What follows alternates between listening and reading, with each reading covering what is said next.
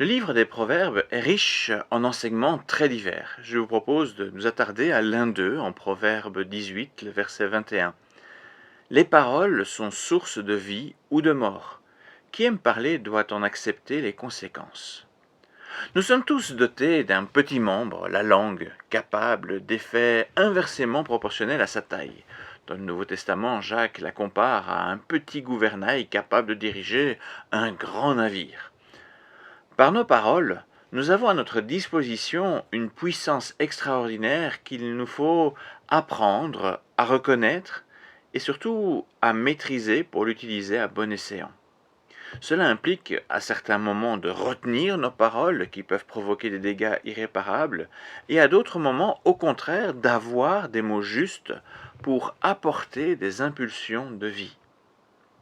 Mais quand donc nos paroles peuvent-ils être une source de mort, comme l'écrit l'auteur des Proverbes? En réalité, plus souvent qu'on ne le pense.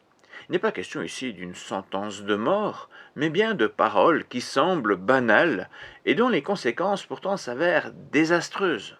Alors je vous propose 3 niveaux d'exemples. D'abord, citons le cas le plus anodin. Dans notre culture, nous avons pris l'habitude d'avoir des paroles pour préserver les apparences, pour des formes polies, mais qui pourtant manquent cruellement de sincérité. Dire par exemple « Je t'appelle prochainement pour fixer une date, mais laisser cette promesse sans suite ». Voilà une petite phrase bien banale en apparence, mais qui peut s'avérer blessante si elle n'est pas suivie de faits. Un autre exemple, dire « Je suis vraiment content de t'avoir revu ».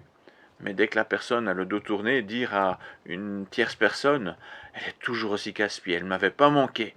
Vous pouvez bien imaginer que ces paroles blessent aussi parfois profondément. Deuxièmement, certaines personnes vont se défendre d'une telle hypocrisie en assurant qu'elles disent toujours ce qu'elles pensent. Pourtant, cela ne met pas non plus à l'abri des mauvaises paroles. Dire tout ce qu'on pense n'est pas une vertu. Il arrive bien souvent que nos pensées ne soient pas de bonnes pensées, ou qu'elles soient incomplètes ou même erronées. Imaginons que nous ayons une pensée jalouse, et que notre langue exprime alors notre sentiment d'injustice suscité par cette jalousie. Les paroles qui sortiront de notre bouche auront, à ce moment-là, un pouvoir destructeur. Bien souvent, même si nous sommes sincères, nous devons apprendre à simplement nous taire pour éviter de subir les conséquences de paroles inutiles. En troisième lieu, il existe les paroles de dénigrement, qui sont les plus destructrices. Par exemple, un père qui rabaisse régulièrement son fils. Ces paroles dévalorisantes peuvent laisser des traces une vie entière et provoquer un profond déséquilibre de vie pour la personne rabaissée. Cet exemple existe malheureusement aussi trop souvent dans les couples où un conjoint dénigre l'autre.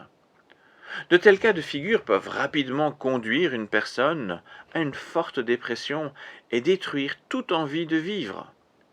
Le harcèlement à l'école est lui aussi dans cette catégorie. C'est là bien sûr un triste tableau de ces paroles qui sont source de mort. Toutefois, si les mots ont un si grand pouvoir, il nous faut prendre conscience que ces mots peuvent également servir positivement. Des paroles bien choisies et données à propos peuvent avoir un effet incroyable sur la vie des gens. Il ne sert à rien d'user de mots dans un moment inapproprié. Mais quand notre cœur se met au diapason de la pensée de Dieu, il est surprenant de constater que quelques mots peuvent changer radicalement et positivement une vie. Je pense ici à des paroles qui valorisent une personne, malgré peut-être des défauts apparents, des paroles d'encouragement au moment nécessaire, des paroles de pardon, des paroles d'affection, des conseils ou des mises en garde, mais données avec bienveillance. Avec ces bonnes paroles, ce n'est pas vraiment la quantité qui compte. Une personne peut capter seulement qu'une phrase dans toute une conversation, mais une phrase qui s'avérerait être une source de vie parce qu'elle aurait été dite de la bonne manière et au bon moment. Il ne faut pas beaucoup de mots pour redonner la vie. Toutefois, prenons garde à ne pas retenir ces mots. au moment où ils seront utiles. Si les mots ont aussi le pouvoir de vie, nous devons veiller à ne pas les négliger. Nous avons bien souvent l'occasion d'encourager, de complimenter, de remercier quelqu'un sans pour autant saisir cette occasion. On prive alors la personne d'une impulsion précieuse. Je terminerai avec une parole bien utile de Paul en 2 Corinthiens 13, verset 11, qui contient une belle promesse. Encouragez-vous les uns les autres, mettez-vous d'accord, vivez en paix, et le Dieu d'amour et de paix sera avec vous.